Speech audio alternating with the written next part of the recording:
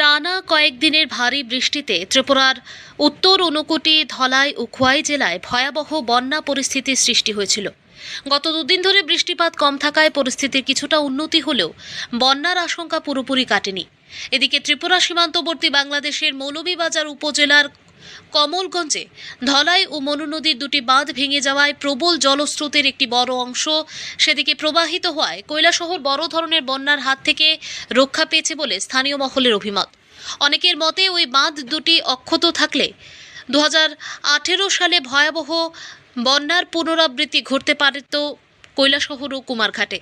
অন্যদিকে ভারী বর্ষণ ও উজানের জল নেমে আসায় কুমারঘাট মহকুমায় বন্যা পরিস্থিতি এখনও উদ্বেগজনক। মনু ও দেও নদীর জলস্তর বিপদসীমার কাছাকাছি পৌঁছে যাওয়ায় মহকুমার একাধিক নিম্নাঞ্চল প্লাবিত হয়েছে। বহু পরিবার ঘরবাড়ি ছেড়ে নিরাপদ আশ্রয়ের খোঁজে প্রশাসনের খোলা ত্রাণ শিবিরে আশ্রয় নিয়েছেন। মহকুমা প্রশাসনের পক্ষ থেকে দুর্গতদের জন্য 17টি ত্রাণ শিবির খোলা হয়েছে। বর্তমানে সেখানে 287টি পরিবারের মোট 1,500 জনের অধিক মানুষ আশ্রয় নিয়েছেন। হালাইমুড়া, ইন্ডাস্ট্রি পাড়া, ইন্দিরা কলোনি, তারাপুর ও তারুণীনগর সহ বিভিন্ন এলাকায় বাড়িঘরে বন্যার জল ঢুকে পড়েছে। বহু রাস্তাতেও জলমগ্ন হয়ে পড়ায় যোগাযোগ ব্যবস্থায় বিঘ্ন ঘটেছে। ক্ষতিগ্রস্ত বাসিন্দাদের দাবি, লাগাতার বৃষ্টিতে পরিস্থিতি দ্রুত অবনতি হওয়ায় অনেকেই রাস্তার অন্ধকারে গৃহপালিত পশু পাখি নিয়ে ত্রাণ শিবিরে আশ্রয় নিতে বাধ্য হয়েছেন। পরিস্থিতির উপর সার্বক্ষণিক নজর রাখছে মহকুমা প্রশাসন। প্রশাসনিক আধিকারিকরা বিভিন্ন ক্ষতিগ্রস্ত এলাকার পরিদর্শন করে পরিস্থিতি পর্যবেক্ষণ করেছেন। সাধারণ মানুষকে সতর্ক থাকার পাশাপাশি প্রয়োজনে দ্রুত নিরাপদ স্থানে সরে যাওয়ার পরামর্শ দেওয়া হয়েছে। এদিকে কৈলাসহরের লক্ষ্মীছড়া তীরবর্তী এলাকাতেও বন্যা আতঙ্ক ছড়িয়েছে।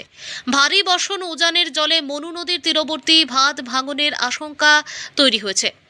যদিও প্রশাসনের তত্ত্বাবধানে বাঁধ মেরামত ও পরিস্থিতি পর্যবেক্ষণের কাজ অব্যাহত রয়েছে।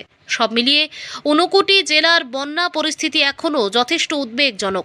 তবে বাংলাদেশের কমলগঞ্জ এলাকায় ধলাই ও মনু নদীর দুটি বাঁধ ভেঙে আপাতত কিছুটা স্বস্তির নিঃশ্বাস ফেলছেন কৈলাসহরের বাসিন্দা। যদিও আবহাওয়া পরিস্থিতির আরও অবনতি হলে আগামী দিনে বন্যা পরিস্থিতি আবারও জটিল আকার ধারণ করতে পারে বলে আশঙ্কা করা হচ্ছে। প্রশাসনের দাবি, যে কোনো পরিস্থিতি মোকাবিলায় তারা সম্পূর্ণ প্রস্তুত। ব্যুরো রিপোর্ট, প্রতিদিন ত্রিপুরা।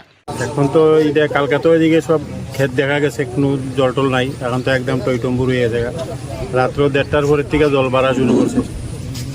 আজকে ভোরের থেকেও 6 ইঞ্চি 7 ইঞ্চি জল বাড়ছে। এখন তো 1,000-1,500 নিচেও তো 1,500 পরিবার হইব। মানে এটা চতুর্দিক দিয়ে মানুষের বাড়ি ঘরে জল, হাঁটু জল, কোমর জল, উড়ার জল প্রায় মানুষের আছে। গরু ছাগল লইয়া তো এদিকে ওই ফিজিক্যাল যে স্কুলটা আছে, বালিকা বিদ্যালয়, ওইটার মধ্যে তো মানুষ শরণার্থী আছে, বাজারও আছে।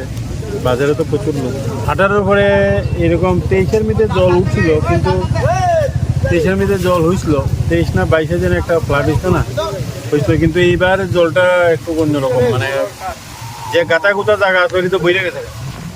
বইরা যাওয়া মানে অনেক মানে জলটা আর যাওয়ার জায়গা পাইতেছে না, মানে একটা জায়গা ওই জলটা ফুলে বেশি আছে।